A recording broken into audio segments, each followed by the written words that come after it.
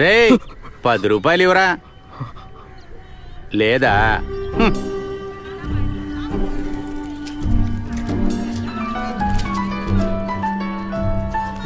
Hello రే, check చేసావా? డబ్బు వచ్చిందా? డబ్బు వచ్చింది. చివరికి నువ్వు చిక్కుల్లో పడతావేమో. ఇంతకుమించి ఏం సమస్య వస్తుంది? చెక్ చేసుకుందాంలే. రే, మళ్ళీ నువ్వు వెళ్ళి సమస్యల్లో ఇరుక్కోకు.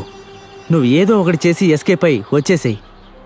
ఇక్కడ మీ ఇంట్లో కూడా ఒకటే గొడవ.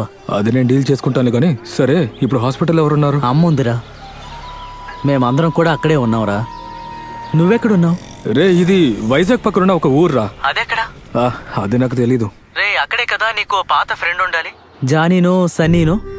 ఓ, అసలు నేను మర్చిపోయానురా. నాకు ఇక్కడ మొత్తం పిచ్చి పట్టేలా ఉంది. వాడి పాత నెంబర్ నా దగ్గర ఉంది, నేను ట్రై చేస్తానులే. రే కట్ చేయకు, ఒక్క నిమిషం. ఒక విషయం నిన్ను అడగాలి. ఏంట్రా?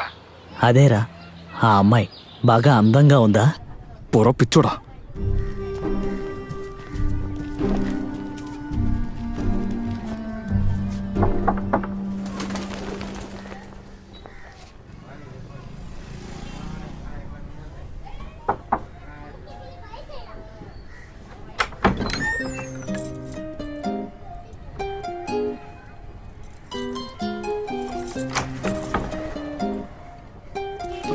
చేంజ్ చేసుకోవడం కోసం డ్రెస్సు సైజు కరెక్ట్ అని తెలీదు.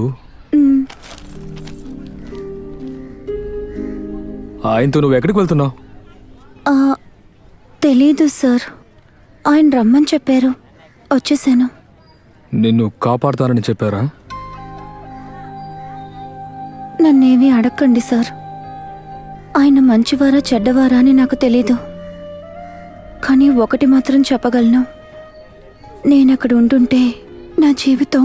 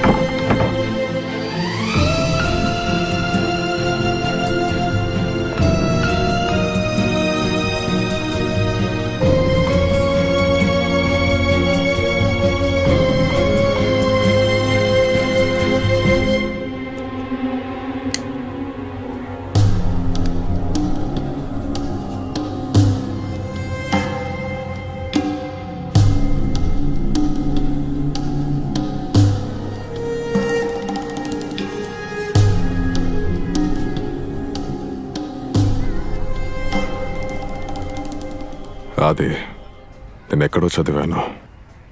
అడవిలో నిద్రలేచే సింహం జింక ముందు ఆలోచించేది వేగంగా పరిగెత్తాలని. ఒకటి వేటాడటానికి, ఇంకోటి ప్రాణాలని కాపాడటానికి. ఏమైనా పరిగెత్తాలి. మీరు ఒంటి కాలతో అడవిలో వేటాడడానికి వెళ్తారా? ఊరికే డైలాగులు కొడతారు, కానీ పనంతా నాకే అప్పు చెప్తారు. పరిగెత్తాలి. ఒక ఇంట్యూషన్ ఇక్కడంత సేఫ్ లేదని. ఎక్కడికి వెళ్తున్నావు? ఎక్కడ సేఫ్ నాక్కడ తెలుస్తుంది. నువ్వు ఎక్కడేగా చదువుకున్నావు. అది ఇప్పుడు ఎందుకులేండి, ఇక్కడ తిరగడం కన్నా మనం తిరిగి వెళ్ళడమే కదా మనకు సేఫ్. అప్పుడు నేను వచ్చిన పని అది కూడా జరగాలి. ఏం పని? ఇంకేం జరగాలి? నన్ను ప్రశ్నలు అడగటానికి నీకు డబ్బు ఇవ్వట్లేదు. ఇక్కడి నుంచి బయలుదేరాలి ఇప్పుడే.